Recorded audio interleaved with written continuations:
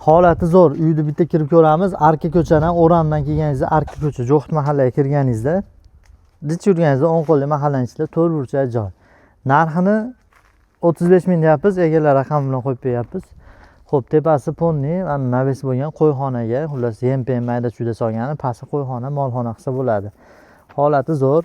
Haqiqatda juda ham chiroyli 4 burchak chors joy ekan. Olgan odam misol ancha rasxod qilib uy qurib olsa bo'ladi.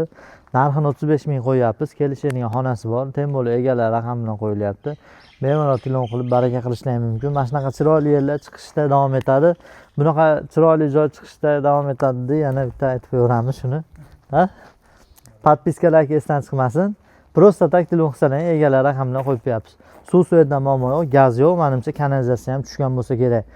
Balki bemalol katta mashina kiraladi. Adashmasam, chunki kiralmasligi ham mumkin.